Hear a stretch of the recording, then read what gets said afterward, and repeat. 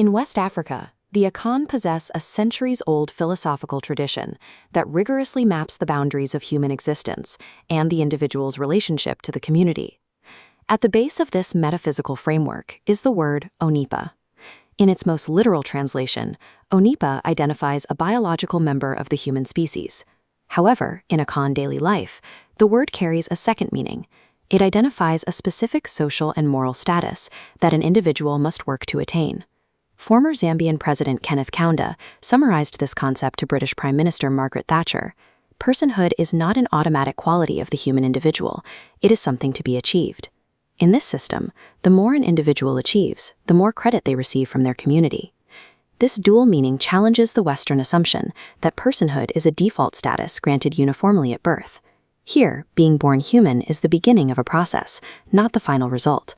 The precise mechanics of this concept are the subject of an ongoing debate. Philosopher Kwasi Wiredu interprets the Akan traditions literally, arguing that personhood is a graduated ladder built on top of a biological foundation. Philosopher Kwame Jeke rejects this. Under Wiredu's model, a newborn infant possesses the okra entirely, but that infant has no personhood yet, because they lack the moral and intellectual maturity required to make contributions to the group. This distinction is visible in Akan funeral customs. The culture strictly forbids mourning ceremonies for deceased infants. This is tied to the concept of selective reincarnation.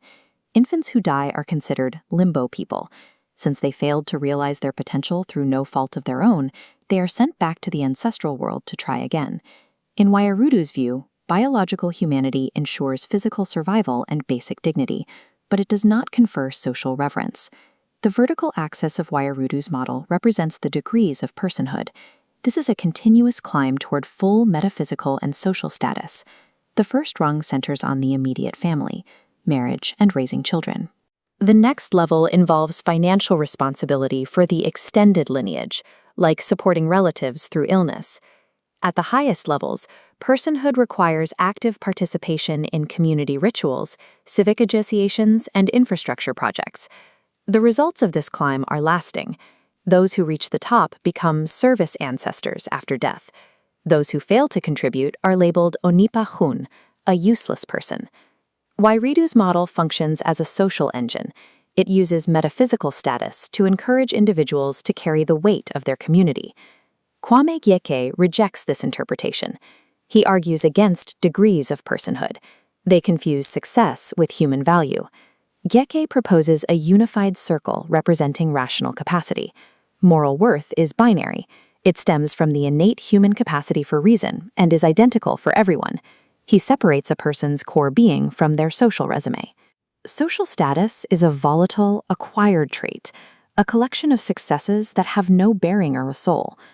Gyeke argues that when the Akan calls someone a useless person, they are critiquing their habits and character, not revoking their literal status as a person.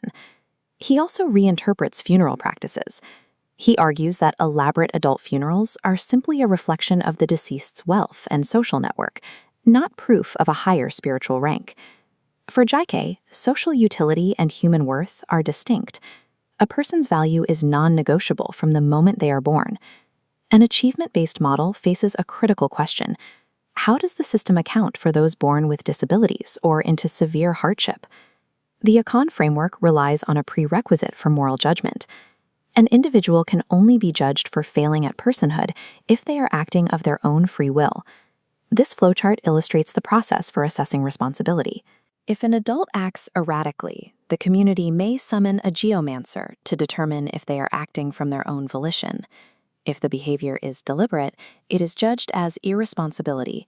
Social status and metaphysical credit are then reduced.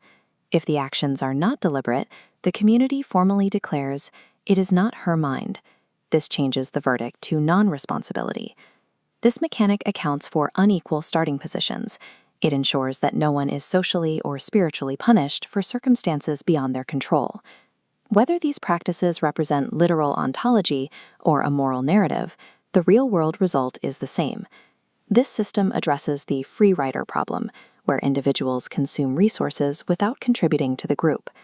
The Akan concept of personhood provides a framework to discourage this behavior. It links an individual's social and post-mortem capital directly to their communal contributions. This philosophy is a practical response to the exigencies of survival. It ensures baseline human rights for everyone, while reserving its highest reverence for those who carry the heaviest weight for their community.